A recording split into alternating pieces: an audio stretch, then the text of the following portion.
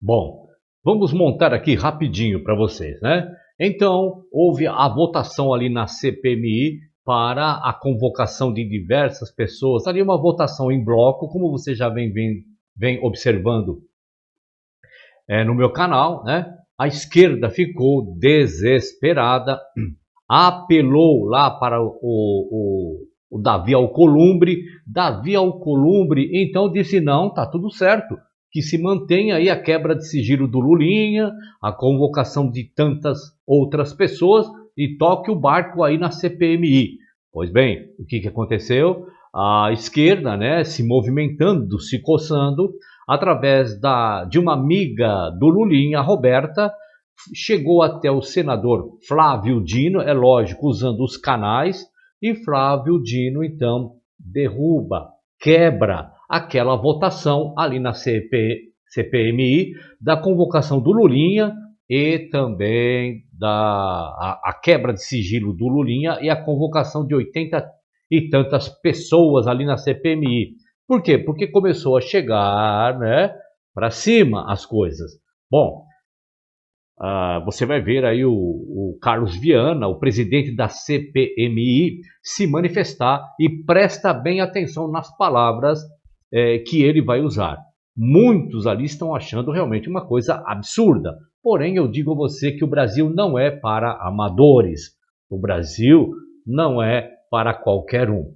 De qualquer forma, eu peço a gentileza a você que este vídeo também estará, eu vou postar ali neste canal aqui, ó, SB Somos Brasileiros. Porque esse canal aqui, William Comenali, é um canal sobre despertamento do sistema religioso, né? Você está sendo enganado pelo sistema religioso, mas ainda não percebeu. E o meu propósito aqui é tentar mostrar através da Bíblia, se você crê nela, que o que é ensinado aí no sistema está errado. Mas vai chegar um momento que eu não vou mais postar os vídeos aqui. Eu vou postar somente no SB, Somos Brasileiros. Por enquanto eu estou postando nos dois.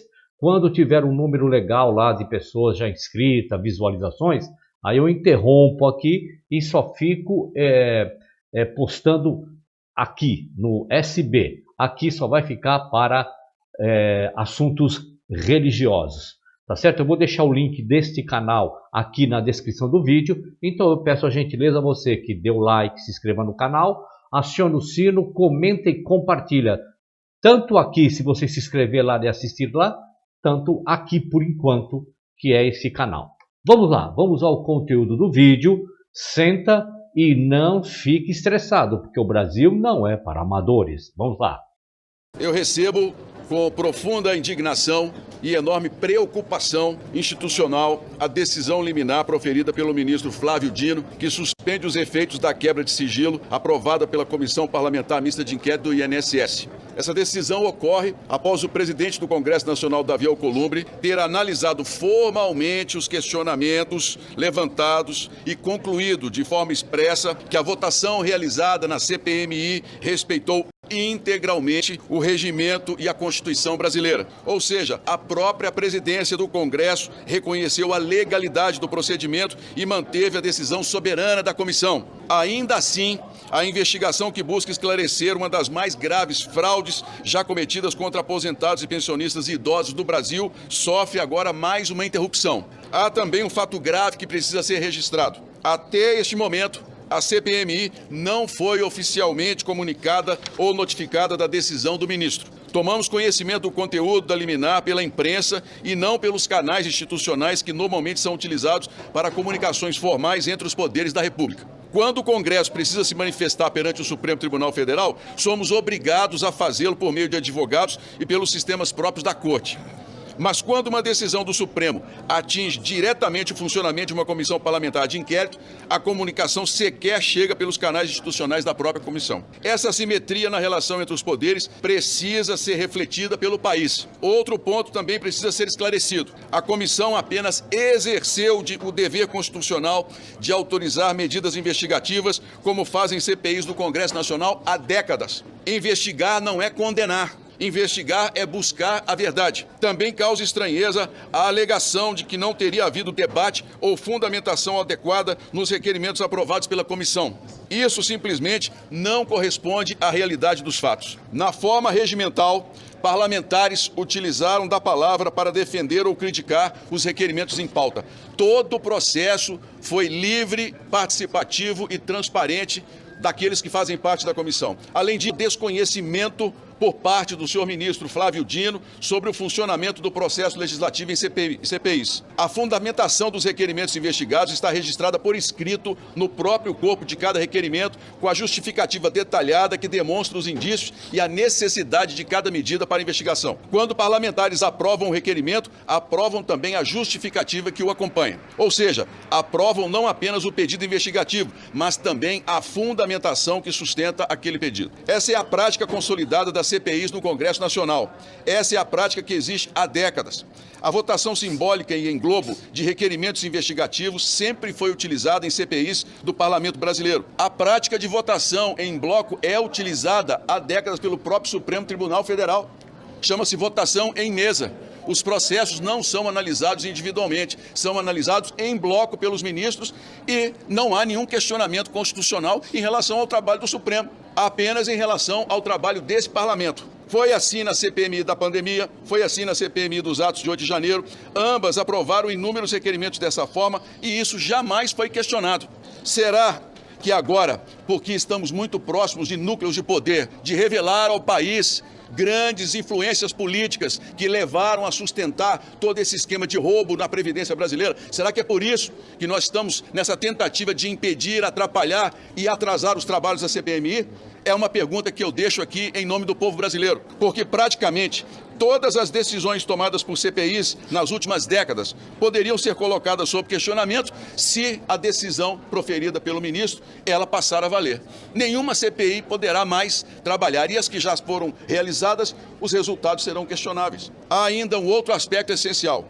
CPIs possuem prazo determinado para funcionar. Investigações da Polícia Federal podem durar anos. Mas uma CPI precisa cumprir sua missão em poucos meses. Impor exigências que não existem nos regimentos da Casa significa, na prática, tentar inviabilizar o funcionamento das comissões parlamentares de inquérito. E isso atinge diretamente um princípio fundamental da democracia. O próprio Supremo Tribunal Federal já reconheceu em decisões históricas, decisões importantes, grandiosas, diferentemente dessa que foi tomada hoje pela manhã, que CPIs constituem um direito público subjetivo das minorias parlamentares, essencial ao equilíbrio entre os poderes da República. Sem instrumentos de investigação, não existe parlamento livre. Sem CPIs funcionando plenamente, não existe fiscalização efetiva em nome da população. Sem CPIs, ao longo da história, muitos casos não teriam sido revelados de escândalos absurdos contra o dinheiro público em nosso país. As CPIs existem exatamente para revelar a verdade, para fiscalizar o poder, para proteger a população.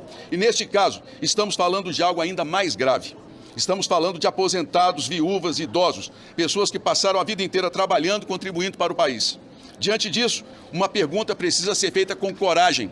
E coragem não falta a esta CPMI, aos membros que estão ali todos os dias, segundas e quintas, lutando contra esses obstáculos. Até quando, senhores, o parlamento brasileiro aceitará que decisões soberanas tomadas dentro dessa casa sejam interrompidas quando começam a alcançar as estruturas de poder? Quando será que este parlamento tomará a decisão clara de reequilibrar a relação entre os poderes? Porque nós estamos diante de uma decisão que desrespeita esse parlamento e que tenta criar uma proposição ou mesmo uma possibilidade dentro de uma investigação que está muito próxima de revelar ao país todos os esquemas desse subterrâneo que foi a roubalheira no INSS brasileiro. O Congresso Nacional não é um órgão decorativo da República. O Congresso representa o povo brasileiro e nós exigimos respeito. E quando o Congresso decide investigar crimes contra aposentados, viúvas e contra idosos, o Congresso está cumprindo exatamente o papel que a Constituição nos atribuiu. Por isso, este momento precisa ser registrado para a história. Porque a história registrará quem se levantou para defender os mais fracos e também registrará quem preferiu impedir que a verdade fosse investigada. Passou da hora de o parlamento brasileiro se levantar em defesa das nossas prerrogativas. Passou da hora desta casa afirmar com clareza que o equilíbrio entre os poderes da República não pode ser rompido. Cada poder tem o seu papel. O executivo governa, o judiciário julga e o parlamento legisla e fiscaliza por meio de CPIs que são transparentes e constitucionalmente funcionam com todos os seus detalhes previstos em lei. Nenhum poder pode impedir que o Congresso cumpra sua missão constitucional de investigar fatos que atingem diretamente o povo brasileiro. O que está em jogo aqui não é apenas uma investigação, senhores. O que está em jogo é o respeito às prerrogativas do parlamento e ao equilíbrio entre os poderes da República. Prerrogativas que têm sido desrespeitadas constantemente por habeas corpus, inclusive, que permitem que pessoas que têm declarações a dar, que são investigadas, não compareçam à CPMI. São intromissões no trabalho deste parlamento que nós precisamos, com altivez, com coragem e responsabilidade, responder à altura. Quem protege, quem blinda ou quem impede que sejam investigados aqueles que roubaram aposentados, viúvas e idosos, jamais escapará da colheita que plantou junto à própria população que nos assiste. O Brasil está assistindo, senhores, e a história também será testemunha daqueles que ficaram ao lado dos mais fracos, daqueles que ficaram ao lado de uma investigação necessária ou daqueles que ajudaram, infelizmente, a proteger pessoas que têm explicações a dar ao povo brasileiro. Muito obrigado, senhores.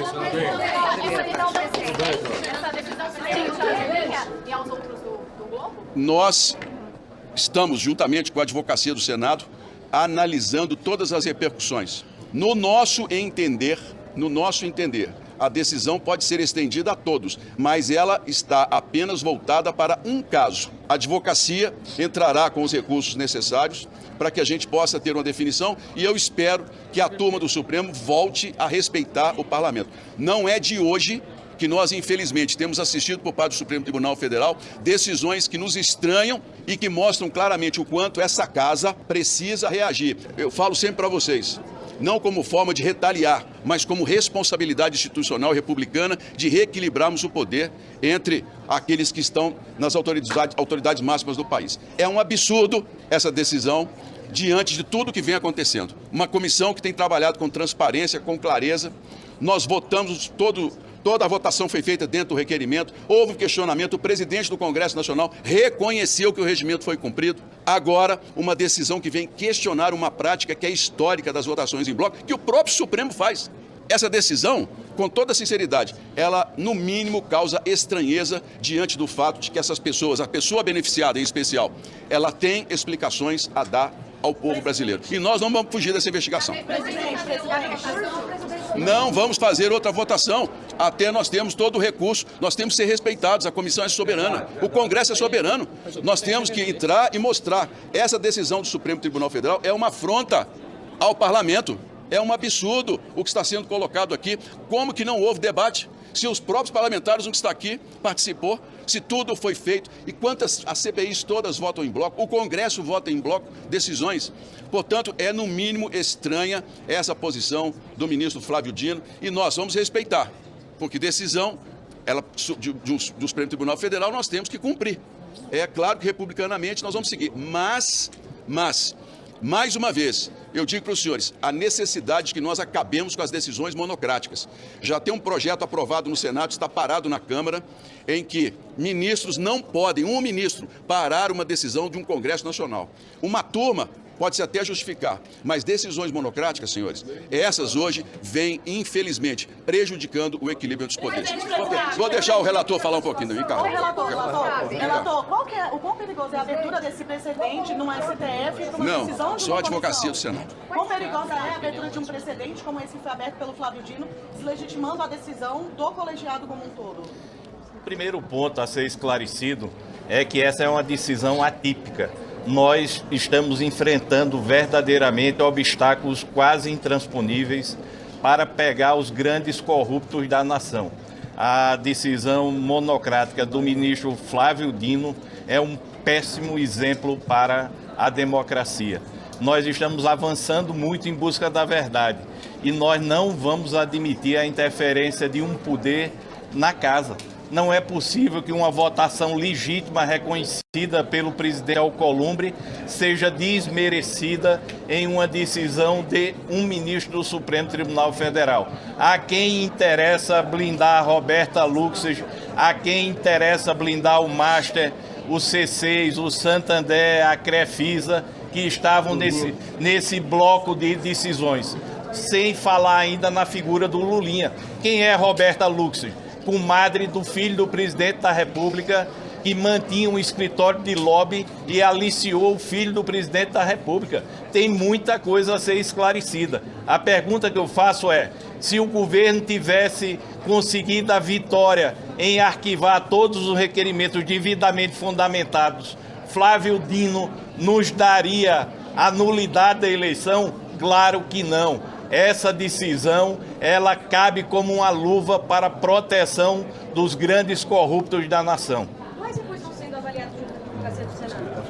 Não entendi. Quais recursos estão sendo avaliados para contestar essa decisão junto com a advocacia do Senado? A advocacia do Senado já está trabalhando, tanto em embargo de declaração como recurso para a turma. Ok, vamos lá, vamos, deixa, já deu. Obrigado.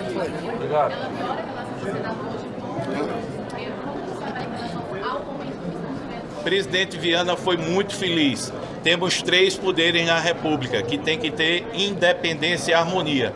O ministro Flávio Dino, ele atacou a independência do Congresso Nacional e atacou a harmonia entre os poderes. Quando o ministro Flávio Dino toma as posições dele em relação à investigação de parlamentares, ele está de parabéns. Vamos proteger o dinheiro público. Mas agora fica a pergunta, ministro Flávio Dino, e os grandes empresários, os grandes banqueiros, filho do presidente da República, por que essa proteção? Obrigado. Muito obrigado.